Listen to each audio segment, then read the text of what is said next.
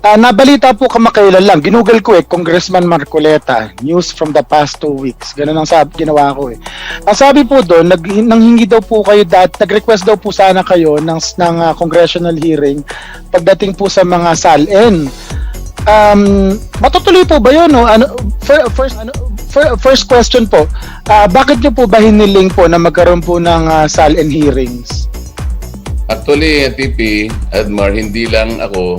Ang nagpasimuno kasi niyan si Kong Mike Defensor. Ang kadahilanan kasi niyan, kung maalala mo, nagkakaroon ng parang agam-agam, ano ba talaga ang mekanismo, ano ba talaga ang patakaran kung sakasakaling merong isang mamamayan ang humingi ng kopya ng SALN ng isang public official. Dahil sa kung maalala mo, ito naman ay constitutional requirement na talaga namang lahat ng public official ay kailangang mag-sumite ng declaration ng kanilang SALN. At ito ay inulit din sa isang batas, yung ating Republic Act 6713 na kung tawagin ay Code of Conduct and Ethical Standards for Public Officials.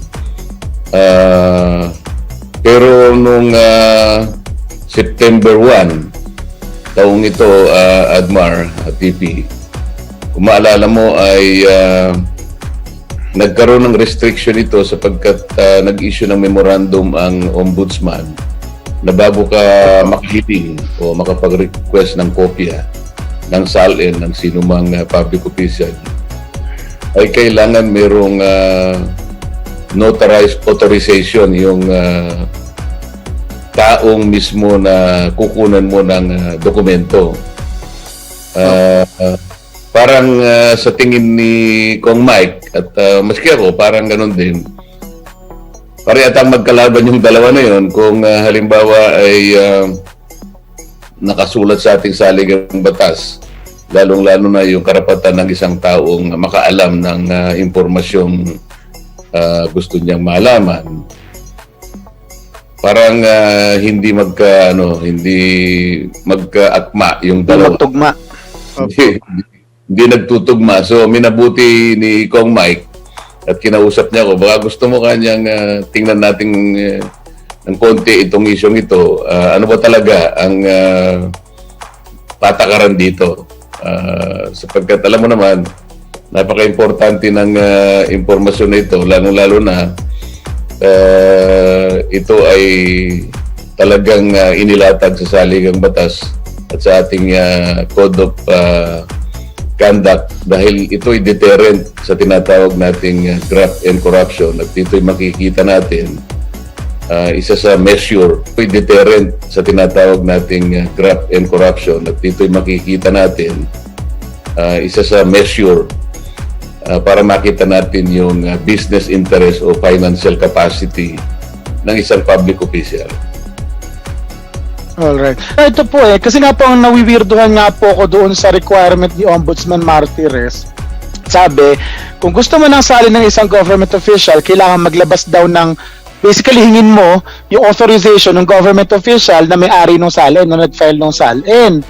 Kaya lang kako, paano halimbawa, kung may issue na yung government official na yon, halimbawa na pagsabihan na naparatangan na nagnakaw, di ang dali lang niyang i-invoke yung right niya against self-incrimination. Sabi, why will I provide you evidence for your own case, di ba?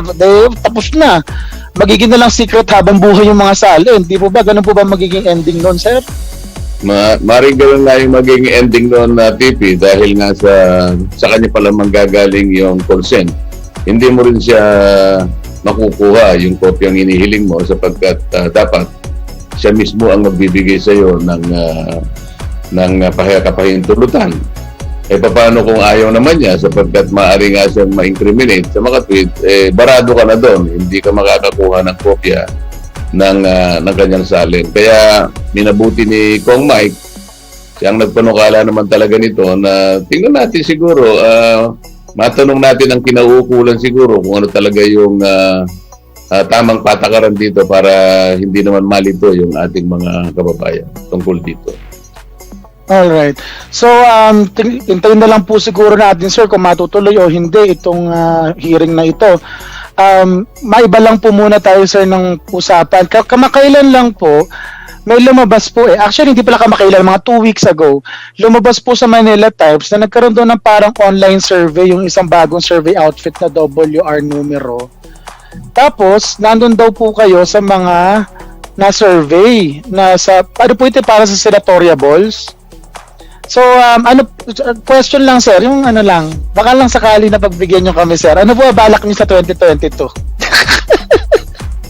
Sa 2022, balak kong bumili ng bagong siguro pantalon yun kasi medyo medyo maluwang na yung mga pantalon ko, TP, ano? Siguro, pakikipag-natin ng misis ko, susukatan siguro kung matagal na ako hindi nasusukat ko, TP, ano? Siguro, pakikipag-natin ng misis ko, susukatan siguro kung matagal na ako hindi nasusukatan ng pantalon na TP, so, high time na baka sakaling makabili tayo ng medyo bago-bagong may susuot na mga pantalon. Oo. Opo. Kasi sir, napapansin ko sa social media, kasi po, di ba, may Facebook page ako. Marami po dun sa mga followers ko, mga gigil na gigil sa inyo, parang gusto ko yung patakbuhin. Kasi sinabi ko, jogging muna, wag muna takbo. Tagal pa yan, wag mo muna guluhin yung tao. mamaya, di po ba kasi sir, ang mga maaga nagde-declare na tatakbo sila, niyayari po ng mga kalaban. So, hayaan na lang po muna natin si Kong Marcoleta. I-announce na lang niya kung i-announce niya. Pero ito po sir, maiba lang po ng usapan. Nagkakaroon po ng balita, bali-balita usapan. Nagkakaroon po ng balita, bali-balita, chismis-chismis, na baka daw po, ganito po kasi sir, kasi po nakilala po namin kayo bilang isa po dun sa mga pinakamasibag magtanong doon po sa ABS-CBN franchise hearing. Ngayon po, nagkaroon po ng bali-balita kamakailan na baka daw ma-reopen yung franchise issue ng ABS-CBN at baka daw sakali na mabigyan uli ng prangkisa yung network. Ano na po ba sir, may katotohanan po ba yung ganon o haka-haka lang po? Meron namang karapatan kasi sila, TP, ano, sa tingin ko, na mag-apply uli siguro ng prangkisa. Pero, alam mo naman, yung patakaran, kung halimbawa mag-a-apply ka, yung mga tao sa likod nito, sila-sila pa rin. Yung pasilidad, ganun din. Pagkatapos wala ka namang kinakitaan na reforma doon sa kanilang naging gawi nung sila may hawak pa na prangkisa. Paano mo ngayon susuriin? Alin ngayon ang pagbabatayan mo na mga bagay-bagay para tingnan mong mabuti kung talagang sila ay karapat-dapat pa? Siguro, nagkakaroon siguro ng